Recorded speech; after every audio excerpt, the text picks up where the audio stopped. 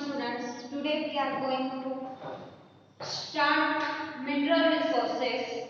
Okay. So we have learned about some of resources in this lesson, and in that we have done how many types of resources are there, and which are they?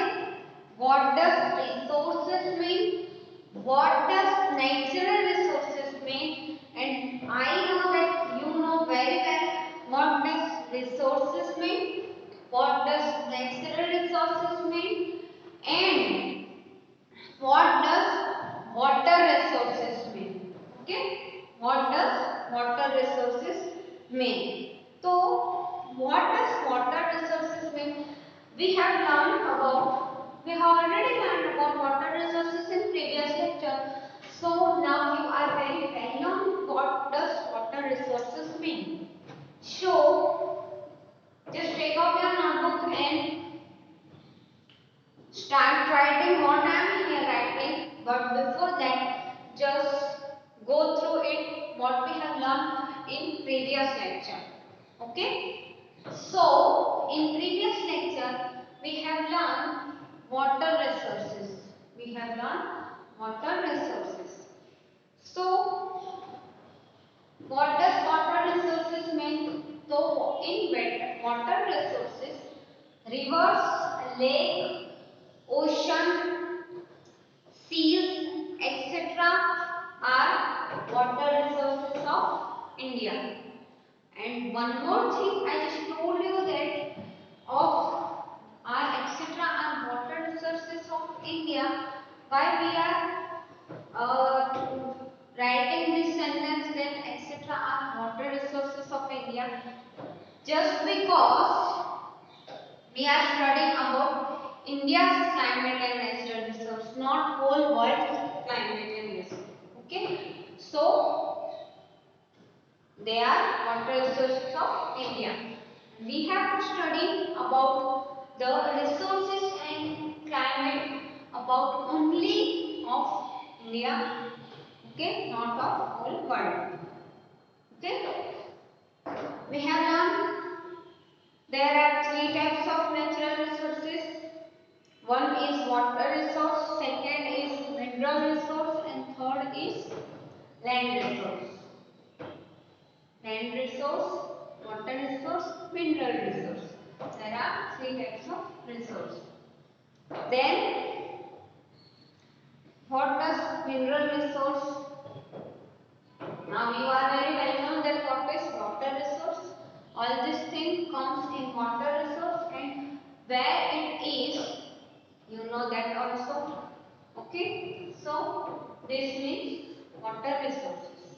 Okay, now water resource, in water resource we have learned about the rivers, well known and main rivers of northern India, and well known main rivers of southern India, as I have written here, and I just told you the trick to learn it. They are very important for you. So many questions can be formed from that two point. Okay, so you just have to go through it once again. Which are northern Indian main river? So Sindhu, Ganga, Yamuna, Brahmaputra, Koshi, Jhelum, Beas, Ravi, Chenab, Satluj, etc. are the main rivers of northern India. Etc. are the main rivers. Northern that means कि India के ऊपर वाले part. Okay. Now next, Narmada, Tapi, Mahanadi, Godavari, Krishna, Kaveri, Tungabhadra, etc. are the main rivers of southern India. As we have learned all this in last lecture only, we are just going once again so that you can recall it everything. Okay. Now, and what does waterfall means? I have written on blackboard in last lecture, waterfall formation. So as the water, there is not a flat surface. The mountains and plains are in not plain surface, but they are having geologically different uneven surface of ground, like mountain and plateaus. And sometimes plain are also uneven. So the water, so that the water of, we can say, so the river flows, falls down from the height with the speed from the uneven surface, and through this waterfalls are formed. Okay, so in this way waterfalls are formed. So we have learned this much in last lecture. Today we will start mineral resources. What we will start today? We will start today mineral resources. Okay. The materials which are composed,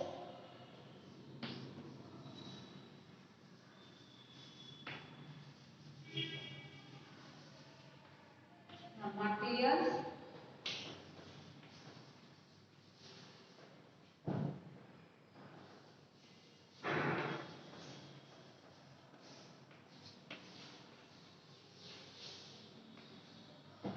the materials which are composed due to the geological and inorganic process.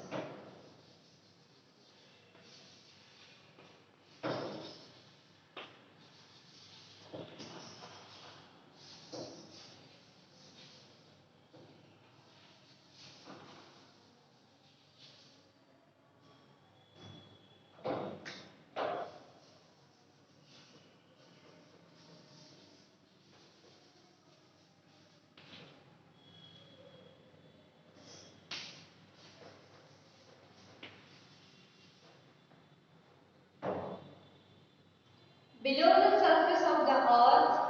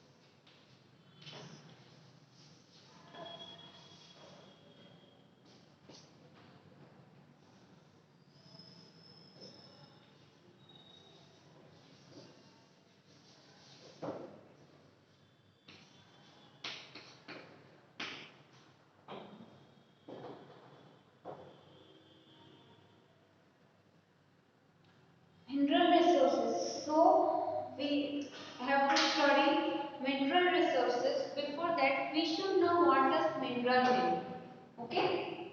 Before mineral resources, we should know that what is mineral means.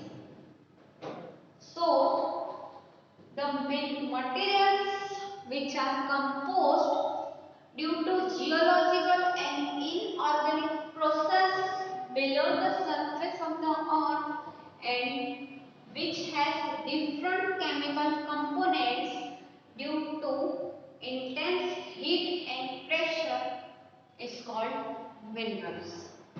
अब minerals की definition तो ये है, ठीक है, but minerals को अगर आपको ऐसा पूछे कि व्हाट इज मिनरल्स, ठीक है, या तो व्हाट डज मिनरल्स मीन, तो आप ये डेफिनेशन लिख दोगे उसमें, ओके, ऐसा क्वेश्चन है तो उसमें ये आंसर है। बट मिनरल्स का मतलब क्या होता है, तो the materials which are composed due to geological and inorganic process, जो मटेरियल फॉर्म होता है, बनता है जियोलॉजिकल, मतलब कि कुछ अर्थ के अंदर कुछ प्रोसेस होती है और इनऑर्गेनिक प्रोसेस होने की वजह से अर्थ के सरफेस के नीचे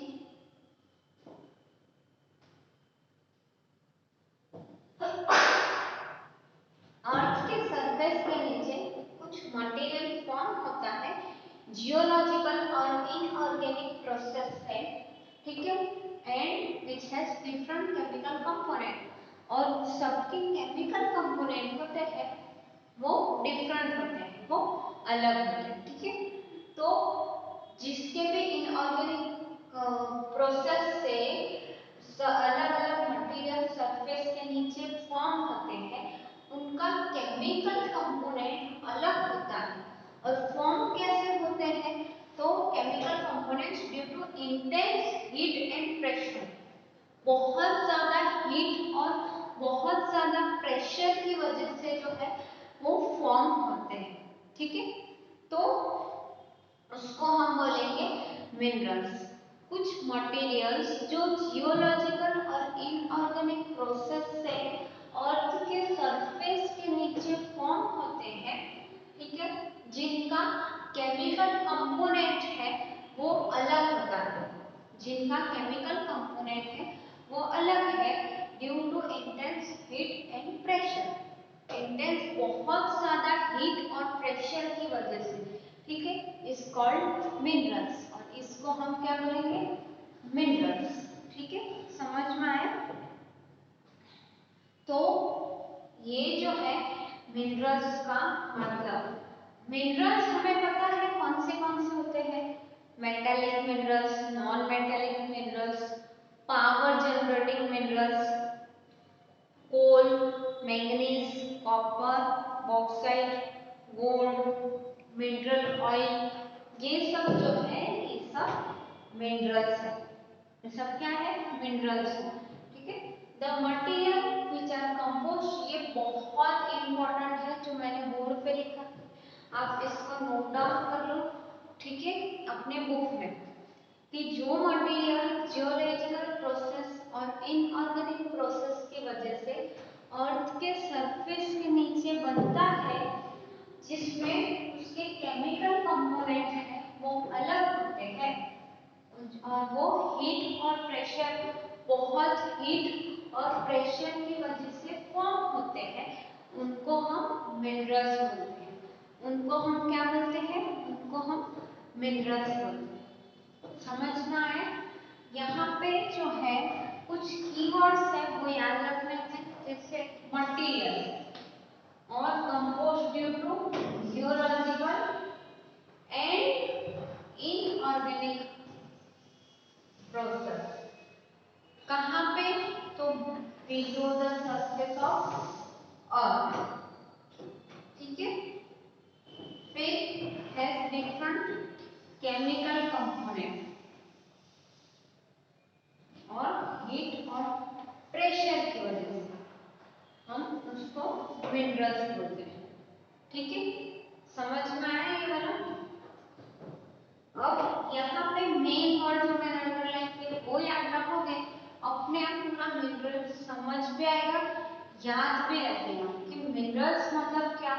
तो मिनरल्स मीन्स जो है, मिनरल्स जियोलॉजिकल और इनऑर्गेनिक प्रोसेस से अर्थ के नीचे फॉर्म होते हैं, जिनका केमिकल कंपोनेंट अलग अलग होता है हीट और प्रेशर की वजह से। बहुत ज्यादा हीट और प्रेशर की वजह से वो मिनरल्स जो है फॉर्म होते हैं। ठीक है, समझ में आया? ठीक है, ये आपके बुक में नोट डाउन कर लो। I am repeating this word again and again, this is very very very important for you. What does minerals mean? आपको कुछ तो आपको आना चाहिए, आपको ये लिखना है। समझ में आ रहा है? ये वाला आप आपकी बुक में लिख दो।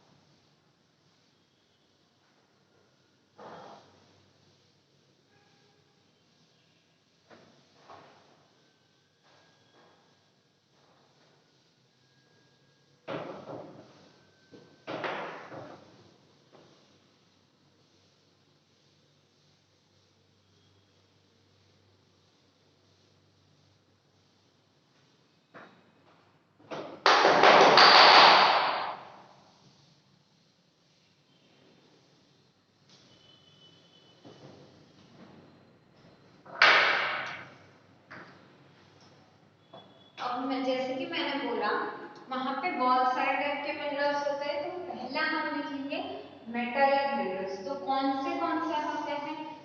रॉ आयरन,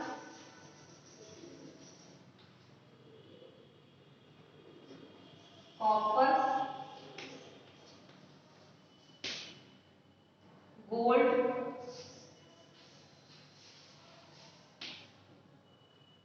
जिंक, टिन, निकल,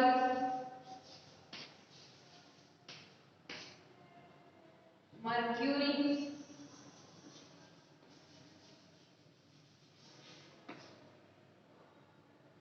प्लेटिनियम,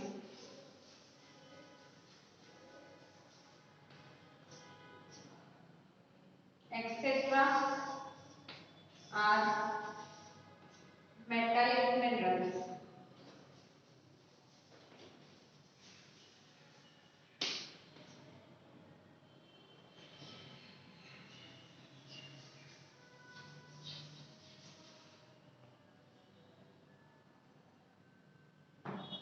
ये सारे मेटालिक मिनरल्स हैं। ये सारे क्या है? Metallic minerals. तो आपको ऐसा क्वेश्चन आएगा, write down the metallic minerals, write down the example of metallic minerals. तो आपको जो है ये सारे एग्जांपल वहां पे लिखने हैं। Is it clear to you? Write down the metallic minerals. तो raw iron, copper, gold. Raw iron मतलब जब आयरन वो बन जाता है उसके पहले जो रॉ कच्चा होता है, जैसे ऑयल है, तो ऑयल हमें कौन से फॉर्म में मिलता है?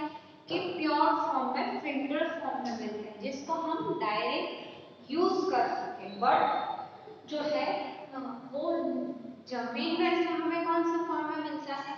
तो क्रूड के फॉर्म में मिलता है, क्रूड ऑयल। वो कच्चा होता है, फिर उस पर प्रोसेस की जाती है और फिर बाद में जो है हमें वो ऑयल यूज करने के लिए हमारे पास आता है। तो यहाँ पे भी ये जो रॉ आयरन है उसमें ऐसा ही है कि रॉ आयरन जो है वो कच्चा होता है, उसके ऊपर फिर प्रोसेस होती है और फिर वो आयरन हम यूज समझ में आया? तो वो जो है रॉ आयरन मतलब ऐसा होता है। Is it clear? कॉपर हमें पता है, तांबा। कॉपर जो है बहुत एक यहाँ पे मेटलिक मिनरल है जो बहुत वेल नोन है, और कॉपर जो है बहुत हमारी बॉडी के लिए भी अच्छा है, इसलिए हम बोलते हैं कॉपर के ग्लास में पानी पियो, कॉपर के घड़े में ही पानी रखते हैं। और अब तो न्यू ट्रेंड है तो कॉपर की बोतल मिलती है कि उसका हम पानी पिए, इसलिए कॉपर की बॉटल आती है। तो कॉपर, तांबा जो मोस्टली हमारे पास भगवान को जल चढ़ाते हैं वो भी कॉपर के उससे। फिर gold, we are very well known about gold, ठीक है, सोना। फिर जिंक, जिंक है वो भी एक मेटालिक मिनरल है।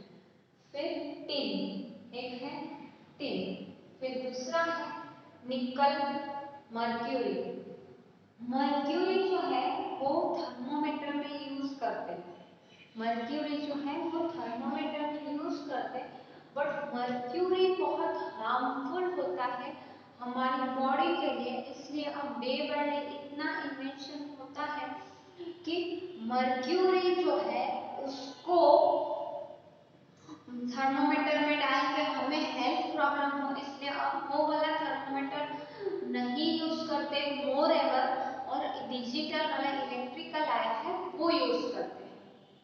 समझ में? फिर प्लेटिनियम, प्लेटिनियम गोल्ड से भी ज्यादा महंगा आता है, उसकी भी ज्वेलरी आती है। प्लेटिनियम, गोल्ड, फिर सिल्वर आता है, ठीक है। फिर है एक्सेट्रा मेटालिक मिनरल्स, ये सारे जो है वो मेटालिक मिनरल्स हैं, ठीक है। तो आपको भी लिखना है ये सारे मेटालिक मिनरल्स है आपकी बुक में, नोट डाउन कर लो। अब हम देखेंगे नॉन मेटालिक मिनरल्स।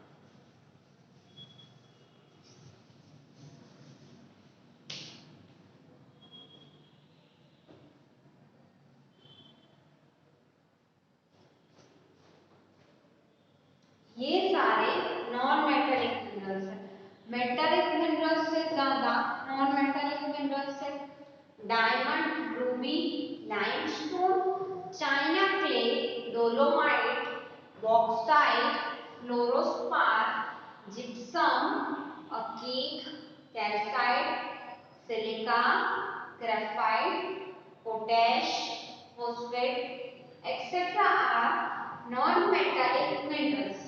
ये सारे क्या है? तो ये सारे जो है नॉन मेटालिक मिनरल्स है। कैसे मिनरल्स है? Non metallic. ये मेटालिक मिनरल्स है, ये नॉन मेटालिक मिनरल्स है। और कुछ नाम इनमें से बहुत वेल नोन है जो आपको पता ही होंगे, कुछ नाम जो है आपके लिए न्यू होंगे जो आपने बहुत कम सुने होंगे। डायमंड, वो भी हमारा वेल नोन है क्योंकि डायमंड जो है उसकी ज्वेलरी होती है। फिर रूबी, रूबी एक टाइप का स्टोन होता है, ठीक है। फिर लाइमस्टोन, चूना पता है हमें। चाइना क्ले, चाइना क्ले जो है वो एक टाइप का क्ले होता है, ठीक है। फिर डोलोमाइट, डोलोमाइट, डोलोमाइट जो है वो एक वन टाइप ऑफ मिनरल है। फिर है बॉक्साइट, वो भी एक मिनरल है। फ्लोरोस्पार, वो भी मिनरल है। जिप्सम, वो भी मिनरल है। फिर अकीक, अकीक एक डायमंड जैसा होता है, इसका टाइप है। कैल्साइट, वो भी मिनरल है। सिलिका, सिलिका यूज होता है मोस्टली सिलिका जेल। फिर सिलिका जो है, सिलिका का पाउच आता है छोटा सा, जब हम कोई न्यू बॉटल खरीदते हैं या कोई न्यू ऐसा कंटेनर खरीदते हैं, उसके अंदर आप पानी की बॉटल न्यू खरीदो अच्छी कंपनी की, तो उसमें सिलिका बैग आता है इसमें, उसमें छोटे छोटे ट्रांसपेरेंट बॉल होते हैं जिसकी वजह से जो है बदबू नहीं आती और जो बैक्टीरिया होते हैं उसके अंदर मॉइस्चर की वजह से वो मर जाए, उसके लिए वो यूज किया जाता है, उसमें रखते हैं। Is it clear to you? फिर है ग्रेफाइट, फिर क्या है? ग्रेफाइट वो भी एक टाइप का मिनरल ही है। फिर है पोटैश, वो भी मिनरल है। पोटैश को एलम भी बोलते हैं, फटकड़ी। फिर फॉस्फेट और नॉन मेटलिक, ये सारे नॉन मेटलिक मिनरल्स हैं, ठीक है। समझ में आया? ये मेटलिक मिनरल्स, ये नॉन मेटलिक मिनरल, ठीक है। फिर आज हमने क्या क्या पढ़ा? तो मिनरल रिसोर्सेज, मिनरल रिसोर्सेज के अंदर मिनरल्स मतलब क्या? मिनरल्स माने क्या? तो मिनरल्स मतलब क्या होता है? सबसे पहले तो वो हमने देखा कि कुछ मटेरियल, कोई भी ऐसा मटेरियल जो कंपोज्ड है due to geological and inorganic process, material है जो बनता है कोई जियोलॉजिकल प्रोसेस और इनऑर्गेनिक प्रोसेस से अर्थ के सरफेस के नीचे, जिसके केमिकल कंपोनेंट्स डिफरेंट होते हैं, ठीक है, एक दूसरे से, उसको हम मेटालिक मिनरल्स बोलते हैं।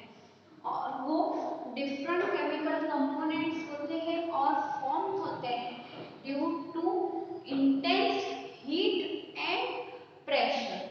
ड्यू टू इंटेंस हीट, बहुत ज्यादा हीट और प्रेशर की वजह से जो है वो फॉर्म होते हैं और अलग अलग उनके कंपोनेंट होते हैं। इसलिए ये चाइना क्ले है तो ये इनके कंपोनेंट्स जो है वो डिफरेंट है, ठीक है। ये सब है तो ये सब हमें मिनरल्स ही, बट इनके कंपोनेंट अलग है। इनके कंपोनेंट को मेटालिक मिनरल्स में रखा क्योंकि इनके ये जो है कैरेक्टरिस्टिक्स मिलते हैं समहाउ। इनको नॉन मेटालिक ग्रुप में रखा है क्योंकि इनके नॉन मेटालिक कैरेक्टर्स मिलते हैं, इसलिए समझ में आया। इसलिए इनको जो है केमिकल कंपोनेंट्स अलग है और इंटेंस बहुत हीट और प्रेशर की वजह से ये फॉर्म होते हैं। ये हमने आज के लेक्चर में पढ़ा। अब आप इसको अपने बुक में नोट डाउन कर लो, ये बहुत इंपॉर्टेंट है आपके लिए, ठीक है। बाकी का हम नेक्स्ट लेक्चर में पढ़ेंगे, ओके। बाकी हम नेक्स्ट लेक्चर में पढ़ेंगे, इसको आप आपके बुक में नोट डाउन कर लो।